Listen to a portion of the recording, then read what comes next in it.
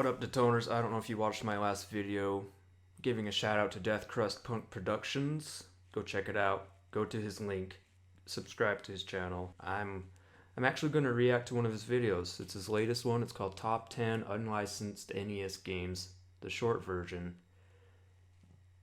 And I like classic unlicensed games, and I'm curious to see what kind of games were unlicensed. So let's go check them out. See if they're worth playing. Maybe I'll play them too. Let's get it. Cheers. You don't need permission for anything. DeathCrustPunk Productions presents Ammunition Metallica. Lists. Top 10 unlicensed NES games. The short version. During the NES era, Nintendo had a security chip in its console, and publishers would pay them for a license to produce games for the system.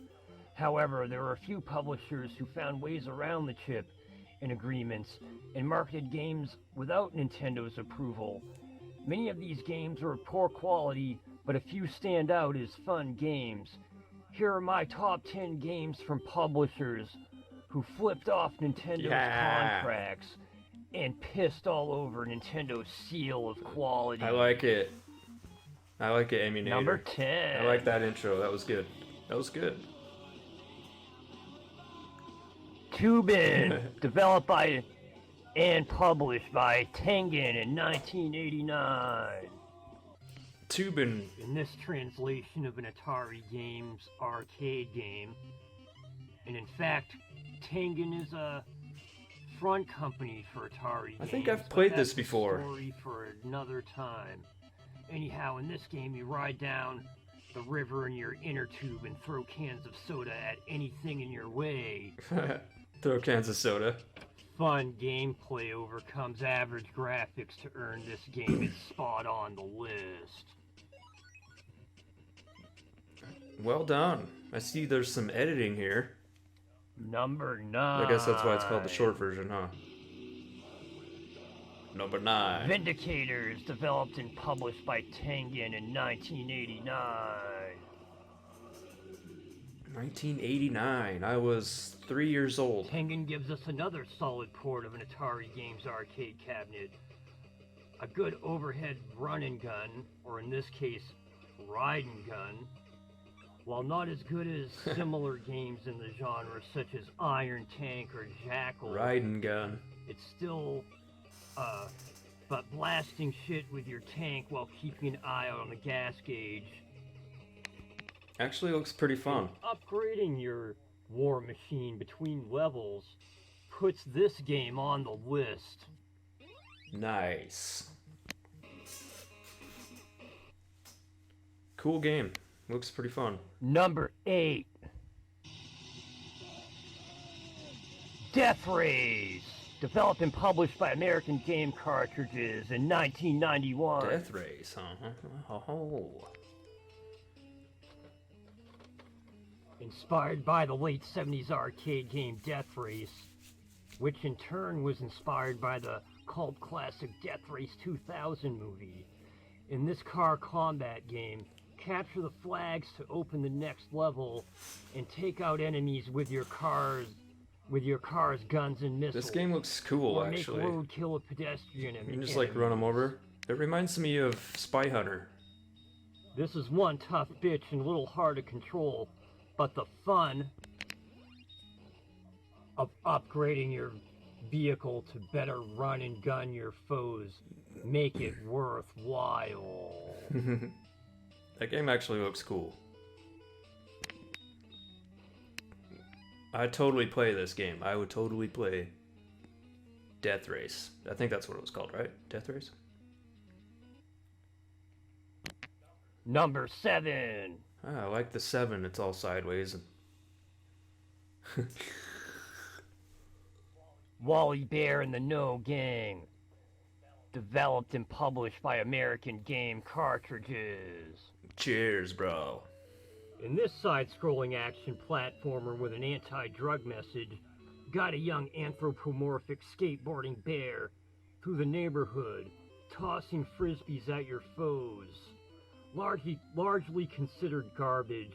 I enjoy the skateboarding platforming in this one, and the cutscenes dealing with Wally's interactions with his troubled friends are comedy cheese at its finest. Spark up a doobie and give it a try. Spark it up. Spark it up.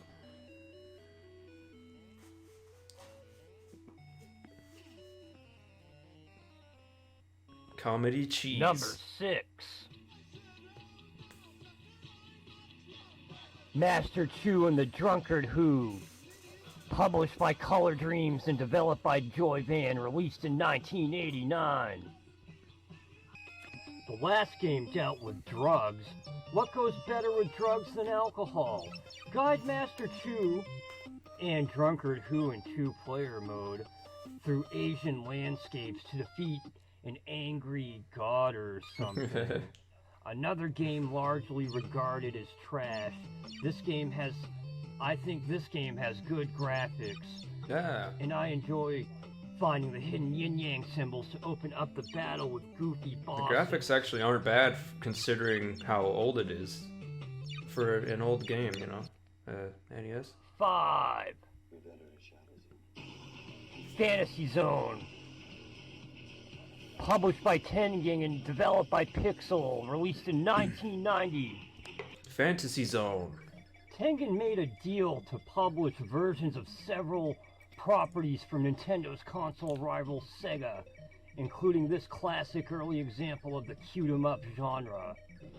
While not the greatest side-scrolling shoot-'em-up on the NES, nonetheless the good gameplay, decent graphics, and battles with large bosses earns this game its spot on this list.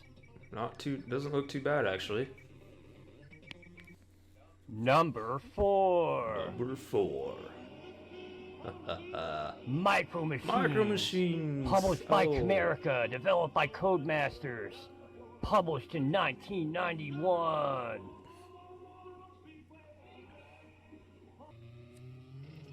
Next we have an unlicensed game based off a licensed property. Oh yeah, those are Cheerios, Crazy. It's a blast racing these tiny cars from Galoob's hit toy line. Little Cheerios. Solid graphics, fast fun gameplay, and the race settings such as desks and pool tables put this game pretty high on the list. Oh, it reminds me of what's that racing game called? I can't remember what it's called. Number 3. Super Sprint, developed and published by Tengen in 1991. Super Sprint. Another overhead racer and another Atari Games arcade port from its front company, Tengen. Oh, this looks like that. Race your F1 car on various tracks while avoiding hazards such as tornadoes and oil slicks. Tornadoes. While collecting wrenches to use as currency to upgrade your vehicle after races. Alright. Crash too hard into a wall and blow up and respawn ready to jump back in. The game is simple fun and has controls that feel right, and the racing has a good frantic feel, making it one of the best unlicensed NES games. Frantic feel. I like the choice of words. Number 2. Alien Syndrome. Alien Syndrome. Developed by Sanritsu and published by Tengen, released in 1989. Alright. Another Tengen port of a Sega arcade game. This overhead running gun, inspired by the Alien movies, features slimy enemies that explode in a big spurt of blood when you shoot them, and large, weird-ass bosses. I like stuff to explode when you shoot them. Oh, that's a weird boss. It's like a... I love Yucky, and I love overhead running guns. It's like and I love this port. It's like a blue brain with a head coming out of it.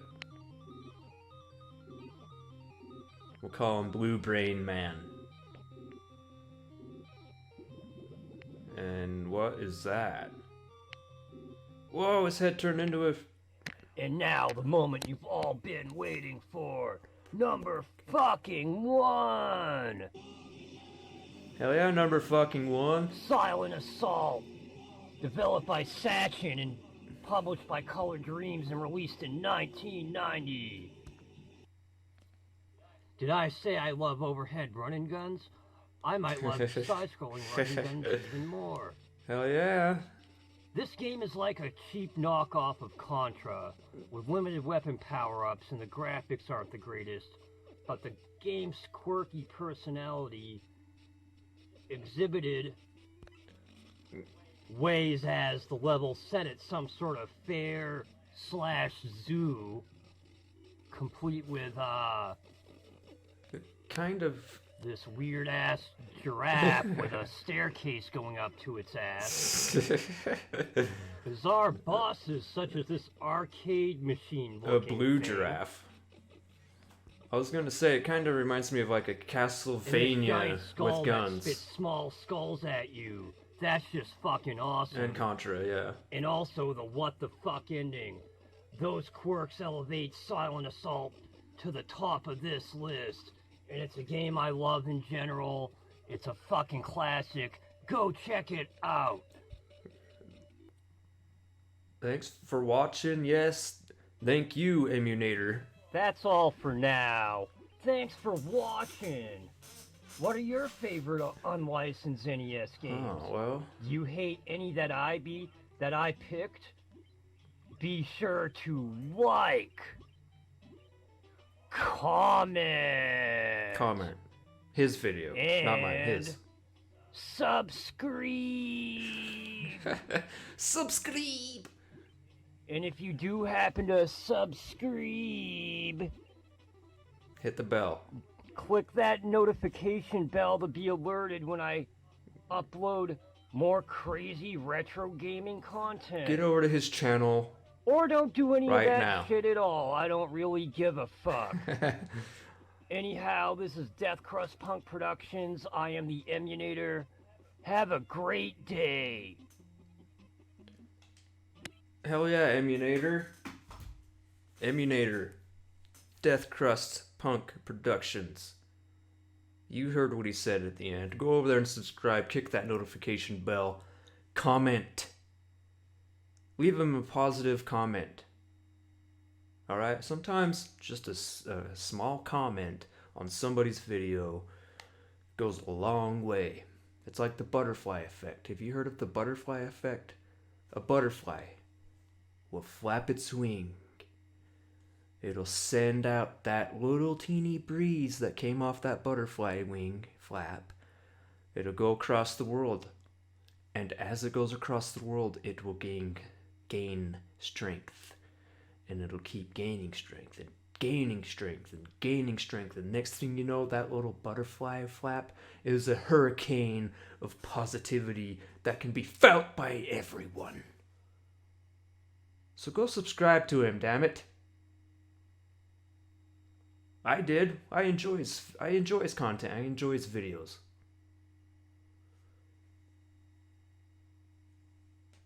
Peace out.